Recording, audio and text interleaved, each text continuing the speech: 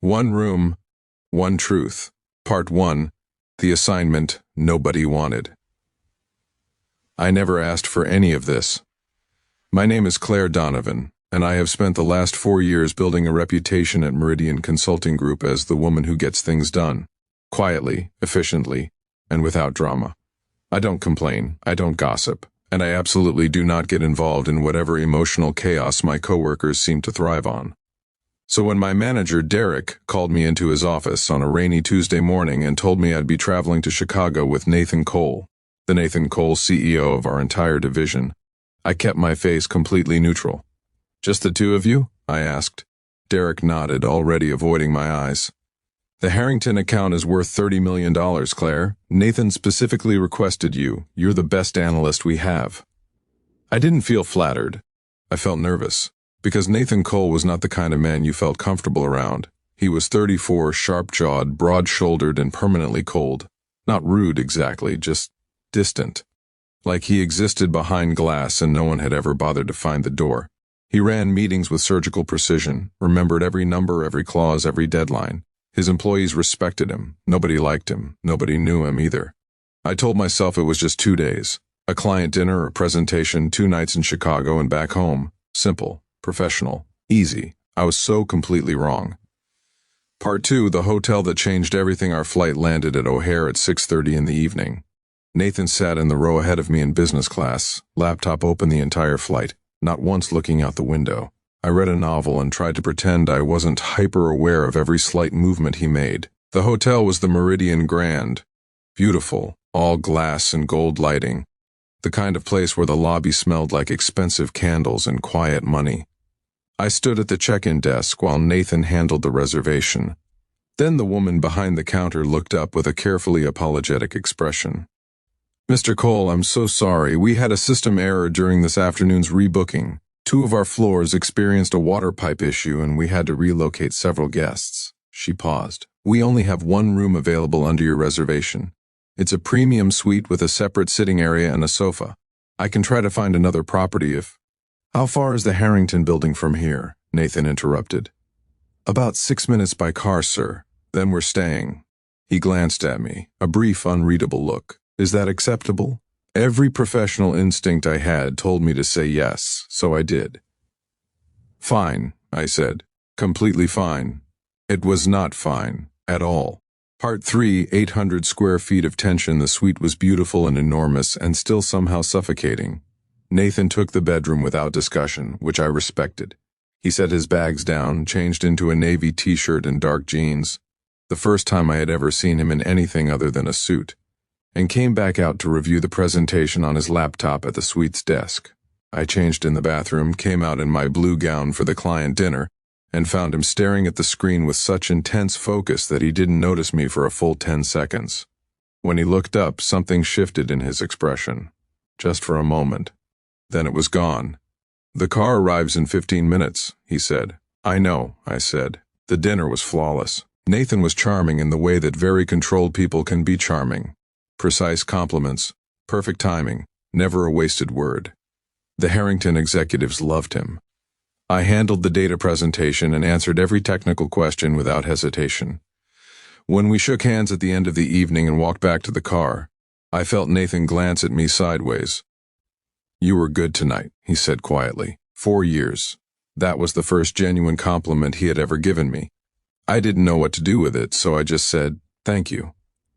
We rode back to the hotel in silence. Part 4. After midnight, I couldn't sleep. The sofa was comfortable. The suite was warm. The city lights of Chicago glittered through the floor-to-ceiling window like scattered diamonds. But my mind wouldn't stop turning. The dinner, the presentation, Nathan's voice saying you were good tonight in that low, careful way. At some point past midnight, I heard movement. Nathan came out of the bedroom. He was barefoot, in a t-shirt and sweatpants, and he looked different, smaller somehow, more human. He walked to the minibar, poured himself a glass of water, and stopped when he noticed I was awake. "Sorry," he said. "Didn't mean to wake you." "You didn't," I said. "I couldn't sleep." He looked at the window for a long moment, then at me. Something behind his eyes looked tired in a way that had nothing to do with the hour. "Can I sit?" he asked. I blinked. In 4 years, Nathan Cole had never once asked my permission for anything. Of course, I said. He sat in the armchair across from me, hands wrapped around his water glass, and we were quiet for a while. The kind of quiet that isn't uncomfortable. The kind that means two people are thinking the same thing and neither one is ready to say it yet. Then he spoke. "Do you ever wonder," he said slowly, "if the version of yourself that everyone sees is the only version that's real?" I stared at him. "That's a strange question. I know." He almost smiled. Almost. Forget I said it. No. All the time, actually. He looked at me then, really looked at me, the way he never did in the office. Like he was seeing something he hadn't expected. "You seem so certain," he said, "in every meeting, every room, like nothing touches you." I almost laughed. "You think I'm certain?" "Nathan, you are the most composed human being I have ever encountered. You make stone walls look emotional." Something cracked in his expression. "Not much, just enough." "That's not composure," he said quietly. "That's practice." Part 5, the secret she kept. I waited. Because I could tell, in the way that you sometimes can, in the deep quiet of a hotel room at 1 a.m, that he was standing on the edge of something. And if I spoke, he'd step back, so I waited. And then he said it. "My father built this company, not the consulting division, Meridian Group. The whole thing, from nothing." He paused. "He died 3 years ago, heart attack. I was in a board meeting in London when it happened, and I didn't find out for 6 hours because nobody could reach me." His jaw tightened. "I restructured my entire life after that. Every system, every protocol, every wall. I made myself untouchable because I thought if nothing could surprise me, nothing could ever." He stopped. "Hurt you?"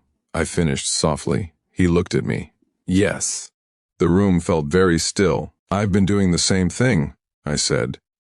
I hadn't planned to say it. It just came out, the way truths sometimes do at 1 a.m. in hotel rooms with a man who just handed you a piece of his heart. My mom left when I was 11. No warning, no fight, just gone one morning. And I decided then that I was never going to need anyone badly enough to be destroyed by them leaving. Nathan was very quiet. "So you became indispensable instead," he said. "And invisible," I said. "Easier that way." We looked at each other across that small, warm room, and something shifted between us. Not dramatically, not in the way it happens in movies, but in the quiet, irreversible way that real things change. Like a door opening that you know you'll never be able to close again. "Claire," he said. "Yeah?" "I've been noticing you for 2 years." His voice was low, careful, like each word cost him something. "Not your work. You. The way you stay late when a junior analyst is struggling even though it's not your job. The way you always hold the elevator. The way you laugh at something, and then immediately press your hand over your mouth like you're not supposed to." My throat tightened. "You never said anything," I whispered. "I didn't know how," he said simply. "I've spent 3 years making sure nothing could reach me. And then there was you, every day. And I couldn't decide if I was grateful or terrified." I exhaled slowly. "Both," I said. "You can be both." Part 6. Morning we talked until nearly 3 a.m. Really talked, the way neither of us probably had in years.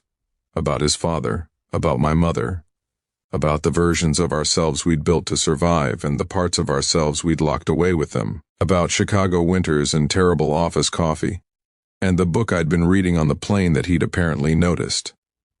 At some point I fell asleep mid-sentence. When I woke up, there was a blanket over me that hadn't been there before, and morning light was soft and golden across the suite. Nathan was already dressed, suit, tie, CEO armor perfectly back in place, sitting at the desk with his laptop. But when he heard me stir, he looked up, and he smiled. Not the professional, controlled, calibrated expression I'd seen 1,000 times in conference rooms. A real smile, small and a little uncertain, like he was relearning how to do it. "Good morning," he said. "Good morning," I said. Epilogue. What comes after the Harrington deal closed 2 weeks later? $31 million, the largest account Meridian had landed in 5 years. Nathan sent the team a formal congratulatory email, as he always did. But at the bottom, he'd added one line that nobody else would have understood, special recognition to Claire Donovan, who reminded me that the best presentations are the honest ones. I read it at my desk, pressed my hand over my mouth, and smiled. That evening, he appeared in my office doorway, rare enough that my assistant nearly fell out of her chair, and asked if I wanted to grab coffee. Not a meeting, not a debrief, just coffee. Okay, I said, but I'm warning you. I laughed too loudly and I can't help it. I know, he said quietly. It's one of my favorite things about you. We walked out together into the early evening, two people who had spent years building walls, stepping carefully into something neither of us had planned but both of us had needed. Not perfectly, not without fear, but honestly, and that I had learned was the only way anything real ever begins. The end Golden Heart stories. Some doors only open in the dark and lead straight to the light.